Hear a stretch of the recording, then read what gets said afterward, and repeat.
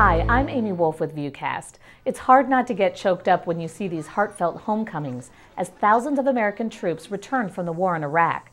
But after the fanfare dies down, these fighters have to rebuild their lives physically and emotionally. That's where a team from the Vanderbilt University Medical Center and Peabody College come in.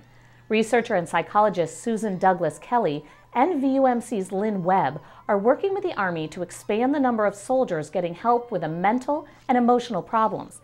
The researchers created a program to train military healthcare providers interviewing the troops for their re-entry evaluation.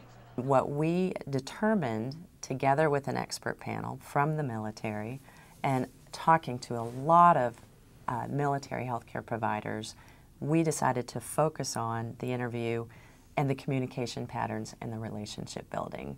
The soldier doesn't necessarily want to divulge these kinds of symptoms. The soldier wants to make sure that he or she is ready for their next duty assignment. Certainly, as Susan and others had found out in previous work, that certainly there's and we know in mental health there's a stigma associated with with having certain symptoms that might be related to mental health issues.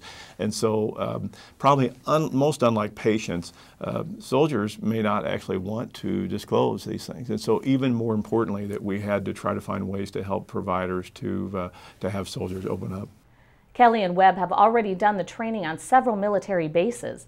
You can read much more on the program and the research behind it and get tips on identifying mental stress on vanderbilt.edu. Search Soldier Mental Health. Well, I'm not licked. And I'm going to stay right here and fight for this lost cause, even if this room gets filled with lies like these. Though fighting might be what we're used to seeing from Congress these days, a Vanderbilt expert says if we want to see political collaboration, elect more women. We found women, interestingly enough, are generally much more effective than men at moving bills to the legislative process, and particularly if women are actually in the minority party. And one of the things that we found through a variety of auxiliary analyses is that this is very consistent with broad, extremely large swaths of literature in psychology, organizational behavior, and the like that would suggest that women are generally more consensual in bargaining situations and really striving to effectively reach across the aisle to come together towards legislative solutions. Wiseman is co-director of Vanderbilt's new Center for the Study of Democratic Institutions. He's studying what Congress has and has not accomplished over the last 3 decades for a book he's writing on legislative effectiveness. Listen to a whole slew of political experts researching topics impacting our country on our special Election View 2012 website. Go to vanderbilt.edu, search 2012 election.